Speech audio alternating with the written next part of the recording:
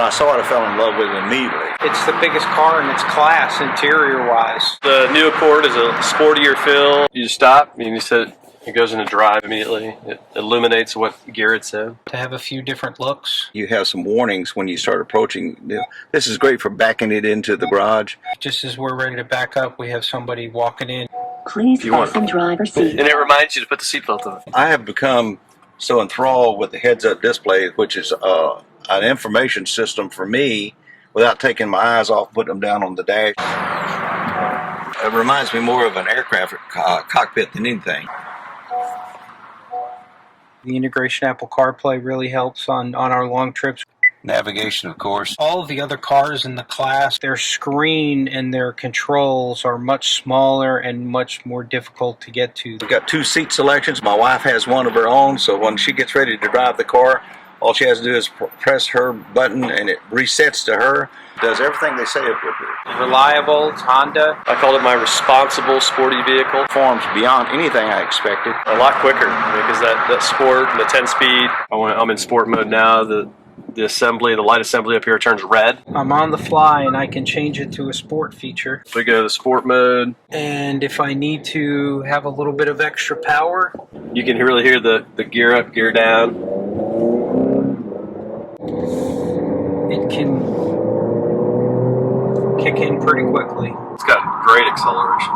The lane departure warning came on, flashed up on my heads-up display, and also kind of tried to direct me back over to where I need to be. The other thing the Accord had that the Camry didn't have is the slope and the slant of the windows gives you a little bit better 360 view. There's no stick here. Without the gear shift knob here. So it's all 10-speed, push button, park, reverse, neutral, drive. It's so quiet and easy, I don't recognize the number of gears that actually this transmission is going through. This is the gear up, gear down.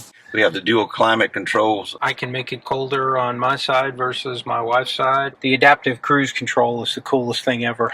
To keep you safe. It keeps you the safe distance. It has automatic brake control. You got lane keep assist here. It tries to keep you safe. You set the distance that you're comfortable with. Slows the vehicle down. You feel it in the steering wheel, and there's a flashing orange light right here. I've gotten more comments and compliments that that's a Honda. The fuel economy here on this car right now is at 34.1 as an average. The trunk is incredible.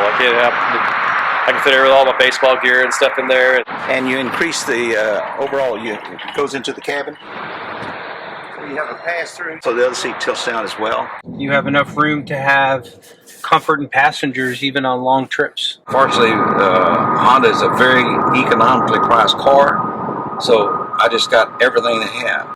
It doesn't feel like I compromise, so to speak, to have a lower trim level than the upper trim level. I know from trading in several Hondas, when it comes time to trade it in, the value is there. Our insurance rates were actually lower because the residual value is going to be much, much higher in 3 to 5 years. Car switched lanes in front of me, and automatically it started just going down on the speed. Before I could react, the car was reacting. It's got the LED lights, the fog lamps, as well as the front lamps are all LED. And I think they're actually LED lights, not the halogen lights. Econ mode and sport mode. Change it to sport, it almost gives you a new dash. What your system looks like. Then you have the Econ. But if you put it back on the economy, which is more the economical, fuel efficient. And also goes to a green setup there. With a couple of young boys over 6 feet, we needed room in the back seat. I like the seat to be back, and you can tell I've got plenty of room for big guys. The 3 of them can easily fit back here. The Sport comes with the outer leather and then a cloth inlay. I've got it all. I've really enjoyed the vehicle. As long as the car can beat or exceed my expectations, how can I go wrong?